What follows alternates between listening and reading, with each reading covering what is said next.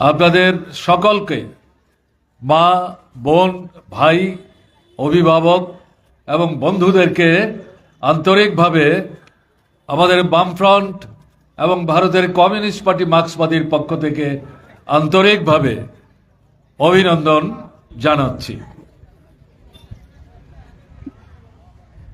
এই যে ত্রিপুরা উপজাতি এলাকা স্বশাসিত জেলা পরিষদ, এটা আপনা আপনি তৈরি হয়নি। ভারতের কমিউনিস্ট পার্টি মার্ক্সবাদী এবং ত্রিপুরা রাজ্য উপজাতি গণমুক্তি পরিষদ এদের সম্মিলিত উদ্যোগে উপজাতি অনুপজাতি উভয় অংশের যারা গণতান্ত্রিক মানুষ তাদেরকে সংগঠিত করে স্বশাসিত জেলা পরিষদ গঠন করবার জন্য ধারাবাহিকভাবে ত্রিপুরার বুকে গণ আন্দোলন সংগঠিত করেছেন। এটা সংবিধান বহির্ভূত কোনো বিষয় না। আমাদের দেশের যে সংবিধান 1950 সালে লাগু হয়, তাতে পঞ্চম শিডিউল, ষষ্ঠ শিডিউল, সপ্তম শিডিউল, এই তিনটা শিডিউলে উপজাতি অধ্যুষিত লাগোয়া অঞ্চল নিয়ে উপজাতি জনকল্যাণে তাদের শিক্ষা, সংস্কৃতি, অর্থনৈতিক উন্নয়নের প্রশ্নে স্বশাসনের সুযোগ সেখানে দেওয়া হয়েছে। কিন্তু আমরা লক্ষ্য করেছি মার্ক্সবাদী কমিউনিস্ট পার্টি এবং উপজাতি গণমুক্তি পরিষদ ছাড়া ত্রিপুরায় স্বশাসিত জেলা পরিষদ গঠন করার জন্যে কেউ দাবিও যেমন উত্থাপন করেনি, আন্দোলন সংগ্রামও সংগঠিত করার ক্ষেত্রে কার্যকরী কোনো ভূমিকা নেয়নি। মার্ক্সবাদী কমিউনিস্ট পার্টি এবং গণমুক্তি পরিষদ এই আন্দোলন যখন সংগঠিত করে, তখন আরও কিছু রাজনৈতিক দল এবং কিছু সংগঠন, উপজাতি যুব সমিতি 1967 সালে তাদের জন্ম, এটা কংগ্রেসের মস্তিষ্ক প্রসূত এবং রাজ পরিবারের সমর্থন পুষ্ট, তারা এই দাবিকে ধীরে ধীরে সমর্থন করতে শুরু করেন। ভারতের কমিউনিস্ট পার্টি, মার্ক্সবাদী কমিউনিস্ট পার্টি ছাড়া যারা, তারাও ধীরে ধীরে এই উপজাতি অধ্যুষিত এলাকা নিয়ে জেলা পরিষদ তৈরি করবার দাবিকে তারা সমর্থন করেন। কিন্তু এরাই উপজাতি যুব সমিতি এবং সিপিআই, তারা মার্ক্সবাদী কমিউনিস্ট পার্টি এবং গণমুক্তি পরিষদ যখন উপজাতি অনুপজাতি উভয় অংশের মানুষকে সম্মিলিত করে এই দাবি আদায়ে তৎকালীন যে রাজ্য সরকার, তার উপর চাপ সৃষ্টি করে তাকে বাধ্য করার জন্য বৃহত্তর আন্দোলন সংগঠিত করার উদ্যোগ নিচ্ছিলেন, সেই সময় এরা প্রশ্ন তুললেন, এ তো উপজাতিদের স্বার্থে দাবি, কাজেই এই দাবি আদায়ের আন্দোলনে অনুপজাতিরা, বিশেষ করে বাঙালিদের অংশগ্রহণ করা চলবে না। মার্ক্সবাদী কমিউনিস্ট পার্টির নেতৃত্ব, গণমুক্তি পরিষদের প্রতিষ্ঠাতা সভাপতি কমরেড দশরথ দেব তাদেরকে বুঝিয়ে বলবার চেষ্টা করেন যে আপনারা এটা কি বলছেন। আমরা ত্রিপুরার উপজাতিরা এক সময় সংখ্যাগুরু ছিলাম, কিন্তু দেশভাগের পর উদ্বাস্তু আগমনের মধ্য দিয়ে উপজাতিদের সংখ্যা গরিষ্ঠতা হ্রাস পায়, তারা সংখ্যালঘুতে পরিণত হয়। অনুপজাতি অংশের মানুষ, বিশেষ করে বাঙালিরা, তারা সংখ্যা গরিষ্ঠে পরিণত হয়। এখন এই সংখ্যাগুরু বাঙালি অংশের যারা জনগণ, তাদের মধ্যে যারা গণতান্ত্রিক দৃষ্টিভঙ্গি সম্পন্ন, তারা যদি আমাদের উপজাতি অধ্যুষিত এলাকায় স্বশাসিত জেলা পরিষদ গঠনের দাবিকে সমর্থন করেন, আমাদের সাথে যদি তারাও এই আন্দোলনে অংশগ্রহণ করেন, তাহলে তো আমাদের দাবিটা আদায়ের যে সংগ্রাম, এই যে আন্দোলন, এটা অনেক বেশি শক্তিশালী হবে। এটা সরকারের উপর চাপ সৃষ্টি করতে সাহায্য করবে। আমাদের দাবির যে যৌক্তিকতা, এটা যে সাম্প্রদায়িক দৃষ্টিভঙ্গি প্রসূত না, গণতান্ত্রিক এবং সাংবিধানিক দৃষ্টিভঙ্গি প্রসূত, এই যে বাস্তবতা, তার যে সত্যতা, এটা প্রতিষ্ঠিত হবে এবং আন্দোলন সাফল্য অর্জনের দিকে এগিয়ে যাবে।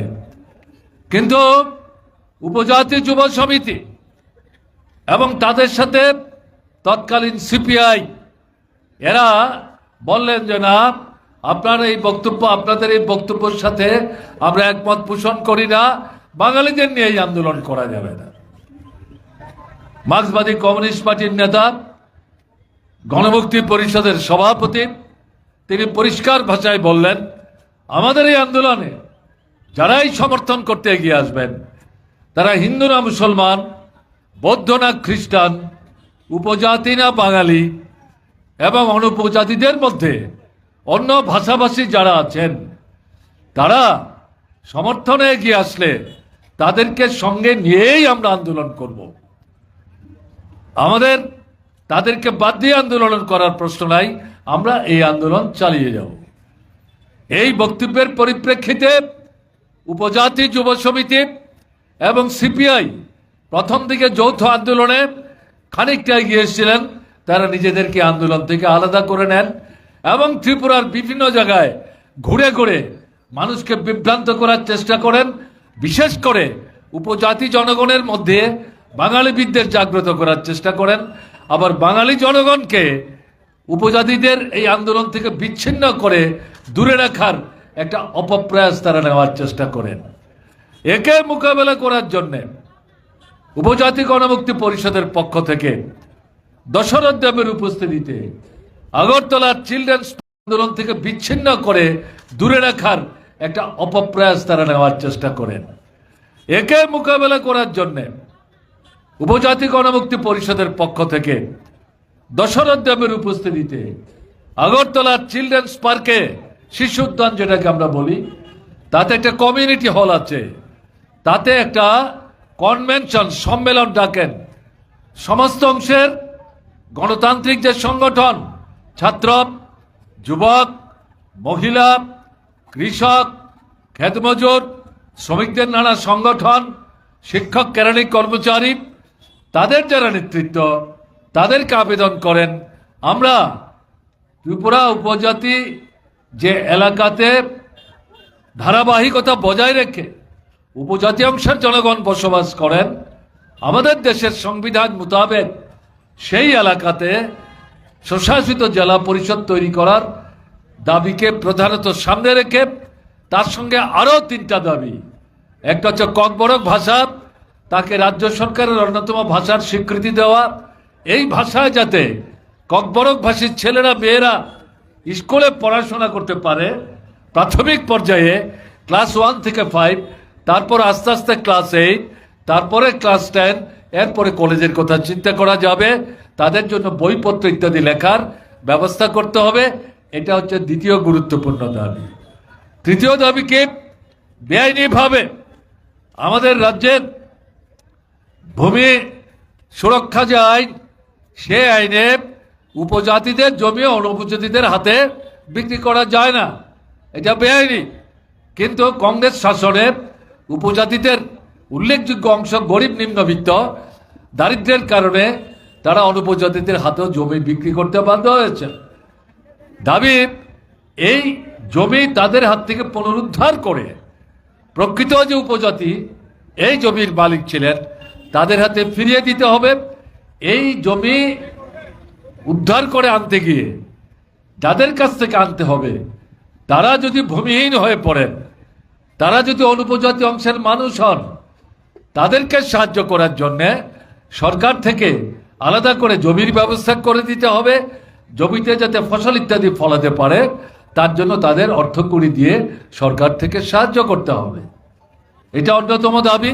চতুর্থ দাবি ছিল উপজাতি অংশের মানুষ এবং অনুপজাতি অংশের মানুষ সবার সম্মিলিত বসবাসের মধ্য দিয়ে পাহাড়ি অঞ্চলে যেই এলাকাটা নিয়ে সংরক্ষিত বনাঞ্চল ঘোষণা করা হয়েছে রাজার আমল থেকে, সেই বনাঞ্চল সংকুচিত হয়ে যাচ্ছে, বেআইনিভাবে এই বনাঞ্চলের জায়গা দখল করছে, এটা করা যায় না। এই বনাঞ্চলের সংরক্ষণ সুরক্ষা করতে হবে, অন্যায়ভাবে বনাঞ্চলের যে জায়গা বেদখল করেছেন এটাকে উদ্ধার করতে হবে। এই চারটা দাবি নিয়ে আমরা ঐক্যবদ্ধভাবে আন্দোলন করতে চাই, আপনাদের সহযোগিতা চাই। আপনারা এই সম্মেলনে উপস্থিত থেকে আমাদের কথাও শুনুন এবং আপনাদের মতামত দিয়ে আমাদের আন্দোলনটা কোন পথে যাবে আপনারা আমাদের সাহায্য করুন। ঘর ভর্তি কমিউনিটি হল, তাতে প্রায় 400-র মতো মানুষ বসতে পারেন। আগরতলা শহরে তখন এই সভা সমাবেশ করবার জন্য এরকম কোনো হল ইত্যাদি ছিল না, এই কমিউনিটি হলেই মিটিং হতো। আমার এখনো মনে আছে, আমি তখন মহারাজা বীর বিক্রম কলেজের ছাত্র ফেডারেশনের কর্মী, আমরাও আমন্ত্রিত হয়েছি।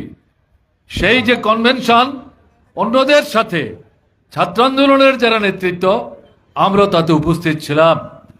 দশরথ দেব এই 4 দফা দাবিকে সামনে রেখে বিশেষ করে স্বশাসিত জেলা পরিষদ যে গুরুত্ব এবং তাৎপর্য, এটা ব্যাখ্যা বিশ্লেষণ করে সমস্ত অংশের মানুষের সমর্থন চেয়েছেন।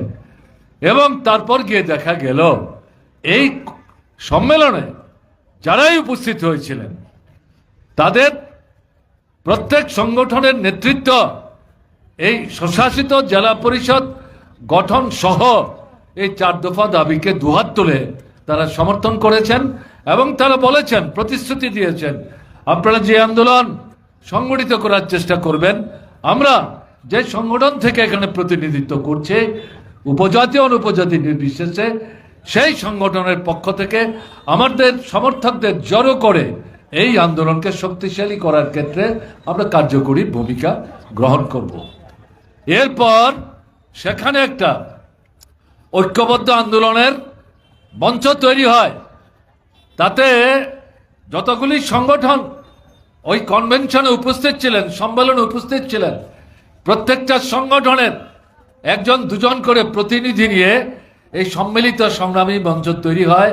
তার নেতৃত্বে সারা ত্রিপুরায় মহকুমায় মহল্লায় বড় বড় জনসমাবেশ সংগঠিত করে, যে সমাবেশগুলোতে উপজাতি অনুপজাতি হিন্দু মুসলমান বৌদ্ধ খ্রিস্টান নির্বিশেষে সবাইকে আমন্ত্রণ জানানো হতো। শয়ে হাজারে মানুষ এই সমাবেশে উপস্থিত হতেন। তাতে একদিকে দশরথ দেব, একদিকে নৃপেন চক্রবর্তী, আরেকদিকে অনিল সরকার, এবং তাদের সাথে আমাদেরকেও তারা সঙ্গে করে নিয়ে যেতেন এই সভাগুলোতে। এই নেতৃত্বের সাথে আমাদেরকেও ছাত্র আন্দোলনের নেতৃত্ব, যুব আন্দোলনের নেতৃত্ব, মহিলা আন্দোলনের নেতৃত্ব, শ্রমিক আন্দোলনের নেতৃত্ব, যারাই উপস্থিত থাকতেন নেতৃত্বের পক্ষ থেকে, তাদেরকেও বক্তব্য রাখার সুযোগ দেওয়া হতো। এবং এই যে বিভ্রান্তি উপজাতি যুব সমিতি এবং তৎকালীন সিপিআই তৈরি করার চেষ্টা করছিলেন, উপজাতিদের আন্দোলন অনুপজাতিরা অংশগ্রহণ করতে পারবে না, তার বিরুদ্ধে তীব্রভাবে সমালোচনা এবং ধিক্কার জানিয়ে ঐক্যবদ্ধ আন্দোলনের মাধ্যমে কংগ্রেস সরকারের উপর, কেন্দ্রীয় সরকারের উপর চাপ সৃষ্টি করার জন্য সারা ত্রিপুরায় ঘুরে এই সভাগুলো সংগঠিত করছিলেন। পরবর্তী পর্যায়ে দেখা গেল এই উপজাতি যুব সমিতি বিচ্ছিন্ন হয়ে গেল জনগণ থেকে। তাদের ডাকা সভা সমাবেশে প্রথম দিকে মানুষ না বুঝে আসত, পরবর্তী সময়ে আমরা যখন এই সভা সমাবেশগুলি করতে শুরু করলাম, তাদের সমাবেশে আর লোক আসে না এবং তারা শেষ পর্যন্ত সভা ডাকা বন্ধ করতে বাধ্য হয়। পরবর্তী পর্যায়ে সারা ত্রিপুরায় মহকুমায় এবং ব্লকে আইন অমান্য আন্দোলন, কারণ এই 4 দফা দাবি তৎকালীন কংগ্রেস সরকারের দৃষ্টিতে নিয়ে তখন সুকুমার সেনগুপ্ত মুখ্যমন্ত্রী ছিলেন, তার দৃষ্টিতে নিয়ে এটা সাংবিধান ভিত্তিক দাবি, ত্রিপুরায় কেন এটাকে বাস্তবায়নের জন্য সরকার উদ্যোগ নিচ্ছে না, কাজে অবিলম্বে এই দাবি কার্যকরী করার জন্য উদ্যোগ গ্রহণ করো। এই দাবি যখন রাখা হলো, দেখা গেল সরকার, কংগ্রেস সরকার কোনো কার্যকরী উদ্যোগ নিচ্ছে না। এই পরিস্থিতিতে সারা ত্রিপুরায় ব্যাপকভাবে আপনার